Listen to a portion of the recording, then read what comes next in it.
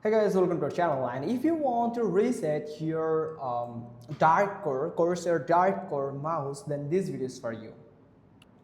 So if you want to reset your wireless Dark Core mouse, then you have to do is follow the steps. The first step is turn off your wireless mouse or that Dark Core Corsair Dark Core mouse. Then hold down the left and right mouse buttons.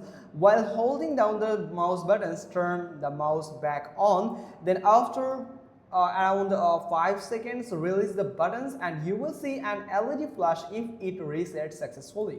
So that's how you can just do it. And if it's not working, then you have to do it the specific model to ensure that you provide you can contact with the customer support, and you have to provide your specific model of your mouse, that is actually the Dark Core mouse, the part number of your mouse that is start with CH and is found on the cable tag of a wired mouse and the underside of a wireless mouse, a photograph of the sticker so they can verify your part number.